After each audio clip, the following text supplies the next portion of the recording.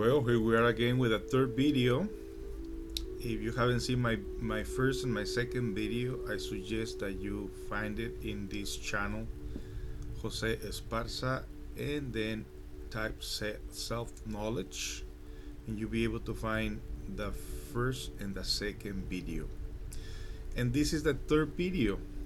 And on my first video, I was saying that I was not looking for followers, that I was not looking for people who believe in a new belief, that I was looking for people that really like to try something new, a practical knowledge. That first step, we start with information.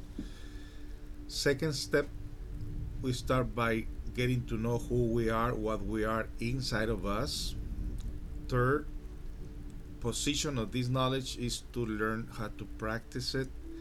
And the fourth state of this knowledge is to experience the knowledge. Knowledge, wisdom, it should be part of our daily life as our air that we breathe, our water that we drink and clean ourselves, like our sunshine and our Mother Earth. Wisdom is and should be part of our daily life. So every day we have the opportunity to learn. We learn through our senses or sensorial mind, but we can also learn by intuition, and we can also learn by practicing what is called self-awareness, and to develop the capacity of awareness and self-knowledge. Self-knowledge is very, very important. I consider self-knowledge as a part of our life in order for us to turn ourselves into different human beings and to be able to transform our life on the daily basis, on the daily opportunity that we have in when we relate to this world with people and with ourselves. We have two rules that we perceive. One is perceived by the senses, and the other one is perceived by intuition. The intuition is atrophied in human beings. The intuition must be developed, must be put into movement in order for us to develop the capacity of awareness. It is said that human beings, we are people with our conscience profoundly asleep. We wake up in the morning, but it doesn't mean that our consciousness is awake. Our consciousness continues asleep as we walk in life. How does this phenomenal thing happen? Well, very simply, very simple is by saying that we are identified with things. We are fascinated with things. We are completely identified with subjects and things. And it's important for us to be aware of these mechanical responses that we have through our senses, and to become more conscious of ourselves. How do we identify ourselves? When we basically are attached to things, to desires, to fears and memory. I talk about this on my first and my second video. I don't want to repeat the same thing again. We want to explain the process of awakened consciousness. This day, people celebrating Thanksgiving, and the history teaches us about people from outside taking land from Native Americans. Native Americans these days trying to clarify what really history was, how these crimes was part of the Thanksgiving that not necessarily is a good celebration for them, but actually it was a way of a process to take their land. And a lot of people, like in Mexico, Hernan Cortez also took land and also killed many people in Mexico and Latin America. And we can stay in history, being stuck in history, being fear or angry about what happened. And we had the freedom to fight for our rights and for our freedom and for our respect. But also, we must dedicate time to self-develop of our own consciousness or our own spiritual being. It is said also that only when we have the intention of awaken consciousness is when this miracle could happen, transforming our life and ourselves. Let's start with the first step. First step of for us to start walking the path of real freedom and consciousness is to learn where we are identified. Probably we are identified with fears, like I said, with attachment to materialistic stuff or something to the past. But then we want to break the chains and we want to free ourselves from all these issues. When we relate to other people, like these days of Thanksgiving, I explained last night to the meditation group that it give us the opportunity to put in practice the different tools to awaken consciousness. On this celebration, we tend to invite people. We don't know, a lot of people don't know the history about Thanksgiving, but it's just a follow of traditions what other people do, and they celebrate Thanksgiving by bringing family together. They say it's one of the days of the year where people travel a lot and visit other families more than Christmas. And millions of people is traveling and driving these days to get to their families. But then we have this mechanical response of our senses that when we get together with family, there's a lot of issues. There's family that we don't get along with, family that are very toxic and negative.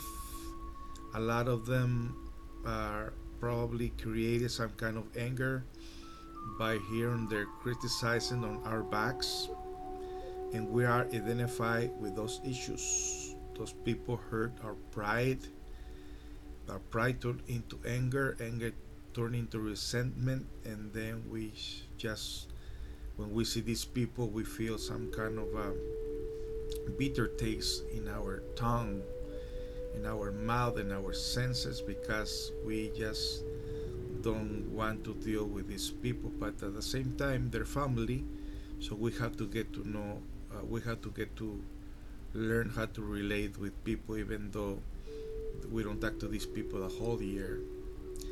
It happens a lot in these cultures, in this American culture, and everywhere. Also, if you are the person who's trying to get away from drinking or other habits, Thanksgiving, unfortunately, the demon of alcohol or alcohol comes and manifests in these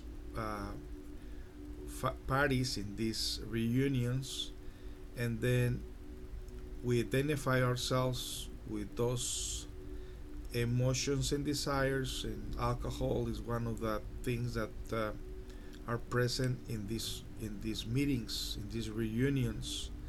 And then alcohol, if we don't have a way to control it, then it turns into something very negative. So we have to be very aware of not to identify ourselves with this alcohol or with these emotions, because then we're not going to have control of ourselves anymore. So that's a very important issue right there. Also, we had to give the best of what we are into these reunions, trying to be happy, not pretending. but trying to be happy and trying to get along with everybody, because the path of life is a mysterious path that we don't know if tomorrow we're gonna be here or not. So whatever things that we can do while we are alive and while we are present, it is important that we do it right now, at the precisely moment that we have the opportunity to make these changes, and to treat everybody with love and respect. And it's a good thing also to clarify bad information about the critics or the criticism about ourselves, that maybe was gossip, maybe it was not truth, but it's a good opportunity to talk to that person face to face, to apologize, and at the same time to forgive and forget. So Thanksgiving is not only about getting together, having a lot of food, or getting drunk, but it's also about to bring the values of families together in order for us to make changes in our lives. Another thing very important is self growth, growing internally, and that means that we have the opportunity to treat ourselves with respect and with love, to treat ourselves with dignity, and also to free ourselves from bad habits. That's the most important thing. If we treat ourselves right, if we love ourselves, and we treat ourselves with respect and dignity, then we'll be able to feel life in a different form. So identifying ourselves is when our ego connects to the negative emotions or negative thoughts, and then we are suffering or we are acting selfish or foolishness. It is important for us to free ourselves from those attitudes, from those pessimist mistakes that we practice, not intentionally, but when we are asleep, when our conscience falls to sleep. So fascination, we have to keep away from fascination. When we fascinate with things, we identify our things with things, and then our conscience falls to sleep and we are acting like a puppet. It is important for us to have control of our identifications when we are attached to things that they don't make us feel good. Probably at the moment it might, but later on we find out that that was not right or the proper feeling. We have to identify our emotions. Through emotions, they're positive and negative emotions.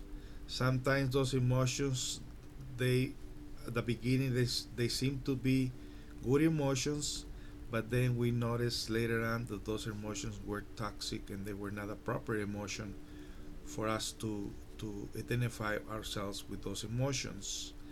The thinking also is very important, not to have toxic thinking, and how to transform those toxic thinking into comprehension, and to, like I said, to forget and to forgive whatever happened, whatever issue happened with other people. Another thing that we have to be aware of is not to take things the way they seem at the moment, but to take the time to make sure that what we're seeing, or how we're acting, is a proper way of thinking, and is a proper way of acting. So we always have to have control our mind and emotions.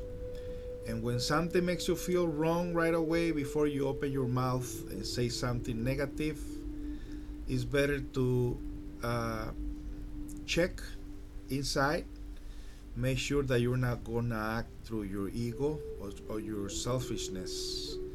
A lot of times it's better to stay away for a few minutes and to have some kind of balance, or some kind of consciousness, to see if what we're feeling or what we're about to say is a proper way or the proper feeling. So capacitive awareness gives us the opportunity to identify a problem before this problem manifests in this mind and this physical body as well. Like I said, treat yourself right, treat yourself with dignity, treat yourself with respect, and then if you're okay within yourself, you will be okay with everybody else. Have a happy Thanksgiving, have a happy holiday, stay away from trouble, learn how to meditate, learn how to control your mind and your emotions, but better yet, learn not to identify yourself with negative issues. And if you happen to identify yourself with negative issues or toxic issues, you always have the opportunity to examine, to reflect, to see, to comprehend what is a proper way for you, for me, for everybody to act according to the opportunity that we have in that precisely moment. Thank you so much and have a happy Thanksgiving to all of you. See you.